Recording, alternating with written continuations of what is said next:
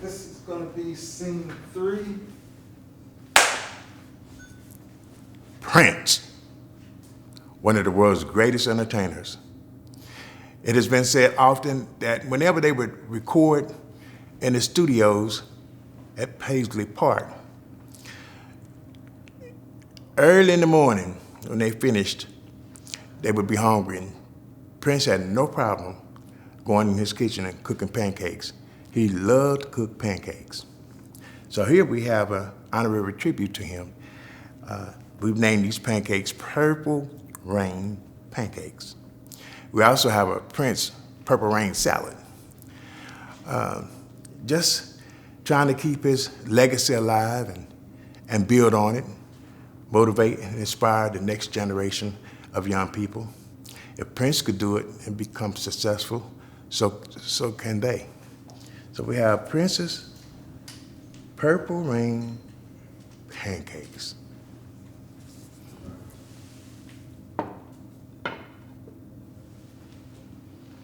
Queen Latifah, she enjoys her Chinese food. And I asked her what she wanted to eat one day at BET Studios in Washington, D.C. She said, I want some Chinese food. So, of course, the Chinese food I knew how to cook, I cooked it for her. That I didn't know how to cook, I went and purchased it and did my best at it, come up with a creation. But here we have romaine noodles, which is a favorite in our community. And yeah, Queen Latifah loves her Chinese food. There are certain types of Chinese foods that are considered to be Chinese soul food. This is one of them, romaine noodles. Queen Latifah. Bobby Brown. Wow. He has an excellent barbecue sauce and a line of seasonings. Bobby lives right here in Atlanta, Georgia. And so we have barbecue chicken here, and some potato salad and baked beans. You know, the three go together. And some rolls. But this is Bobby Brown barbecue chicken. And he has a whole line of sauces and seasonings, and they are magnificent, absolutely delicious.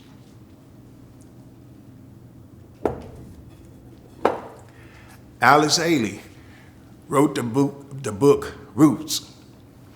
And the book was written so well, and the story was so enticing and interesting, a story that had never been told before. And before he became the author and the person as we knew him to be, he was in the Navy, in the service. And you're talking about somebody who could cook. Oh yes, Alice Haley could cook. And we have some chicken here. And some chicken and cornbread. And the cornbread muffin is filled with collard greens, because there were no collard greens in America until Africans arrived from Africa. So we got cornbread muffins stuffed with collard greens and some good old-fashioned Southern style fried chicken.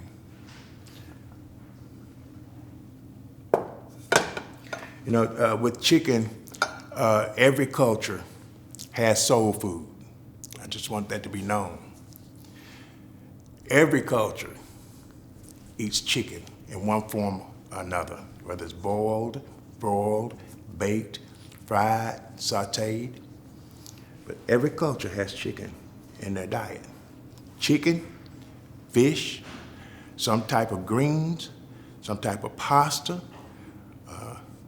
rice, bread, fish. Those are the soul foods that tie us all together. A. Philip Randolph also enjoyed chicken, and he was the creator of the Pullman Porters. The Pullman Porters were the men that worked the trains, that took care of the passengers on the trains, that serviced them, cooked their foods, did their laundry, shined their shoes, ironed their clothes, whatever needed to be done, the Pullman porters did it. And when one gets the time, I would advise you to Google the Pullman porters. The story is so fascinating. There's also a museum in Chicago in honor of them, the Pullman porters.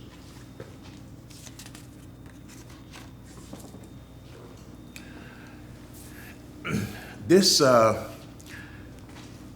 food on this table reminds me of one of the greatest families on earth, and that's the King family.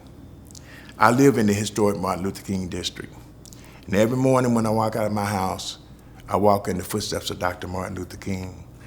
The Soul Food Museum emanates from the historic Martin Luther King district here in Atlanta. But they too ate good food, the whole family.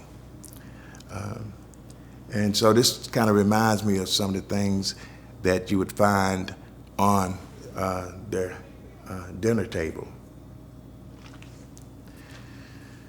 Dr. George Washington Carver. Wow, the man known for creating over 300 products using the peanut. And so this table wouldn't be complete if we didn't include him, because he's the godfather of soul food. And so we have a nice bowl of roasted peanuts in the shell here. And I had the pleasure of going down to Tuskegee, Alabama, some years ago to do my research. And the museum is very fascinating.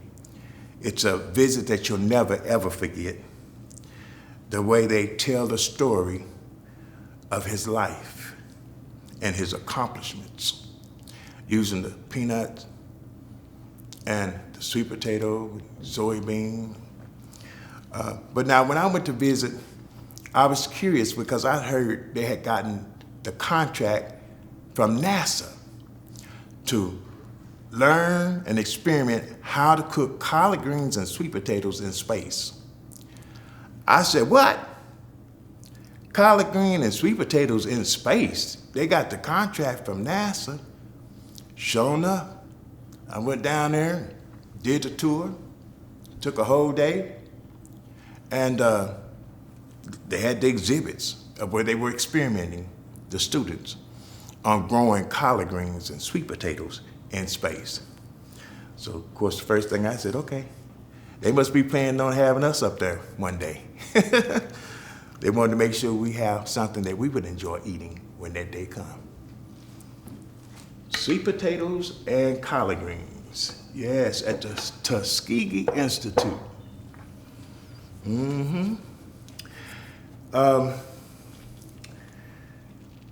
Well, there's just so much history, so much to tell.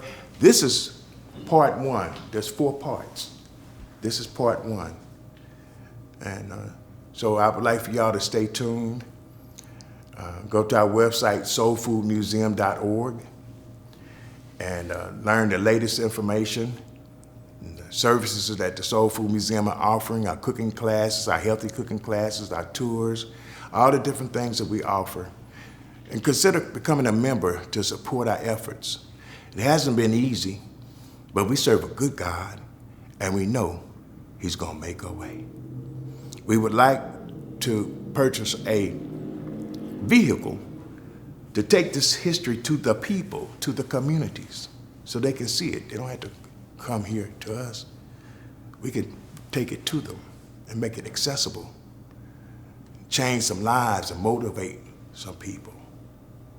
And it's very much needed today. So would you consider becoming a member of the Soul Food Museum, please? Okay.